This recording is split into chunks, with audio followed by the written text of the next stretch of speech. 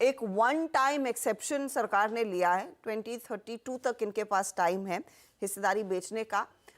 ये स्टॉक एक gross under performer रहा है लिस्टिंग के बाद से ही, अभी भी इनफैक्ट अपने इशू प्राइस के नीचे ही I think if I am not mistaken trade कर रहा है 764 के आसपास। इस खबर का कुछ असर पड़ने वाला है या नहीं?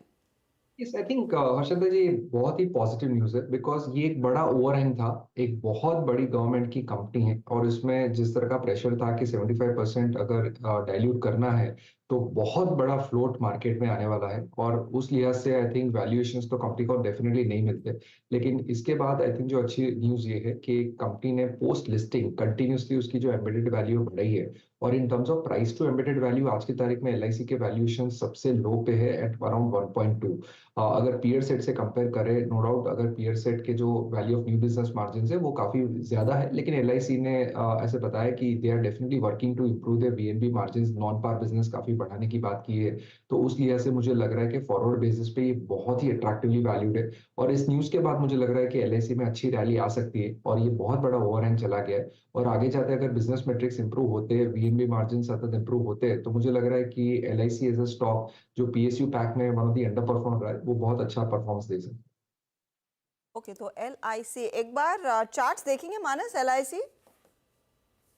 बिल्कुल। देखिए, एल आई सी की जहां तक बात है, देखिए यहाँ पर कल स्टॉक ने 20 डे मूविंग एवरेज भी सपोर्ट किया, वहां पर थोड़ा बाइंग देखने को मिला है। लेकिन मेरा समझना है कि करंट लेवल्स पे खरीदारी नहीं करनी है। या तो अगर आपको 785 के ऊपर ब्रेकआउट देखने को मिले तब खरीदारी करिए, और या तो जब करेक्शन देखने को मिले 20 डे मूविंग एवरेज को ब्रेक करके स्टॉक 700 रुपए की तरफ जाने की कोशिश करे, तो वहां पर खरीदारी करनी चाहिए। तो या तो करेक्शन पे खरीदारी करिए, या तो ब्रेकआउट पे 785 के ऊपर खरीदारी करिए। ओके, तो 785 के ऊपर अगर ये स्टॉक निकले तब आप वो तेज़ी की पोजीशंस में आएंगे, उससे पहले नहीं। अच्छा, एक दो और काउंटर्स जो हम मेंशन कर रहे थे, एक बार टेक्नोलॉजी कंपनियों में इन्फोसिस देख लिया जाए। कंसिडरिंग एलटीटीएस एलटीआई माइंडट्री पर वैसे भी एक राय आई है तेज़ी की।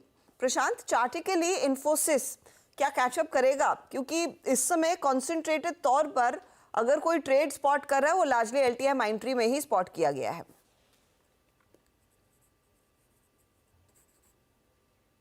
आप शायद म्यूट पर है। अच्छा प्रशांत, थोड़ा संभल के, ये वीरू ना कि आदत खराब है, वो आपके नाम पर फिर शायरी लिख देंगे। वो कविता जी के नाम पर आपको पता ही है, इतनी लंबी शायरी, जी बिल्कुल। चौड़ी शायरी लिखी थी।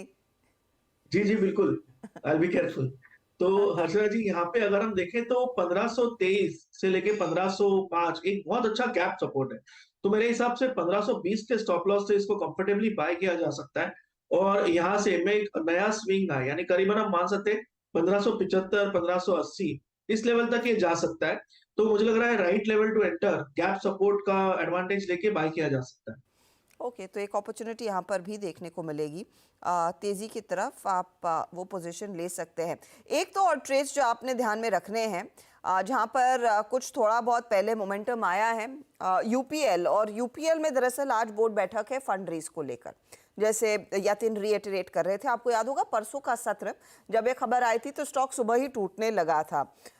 मानस, चार्ट्स पर अब क्या संकेत है? अभी भी कमजोर टेरिटरी में है या फिर अब थोड़ी बहुत तेजी आ रही है नेशनल लेवल से?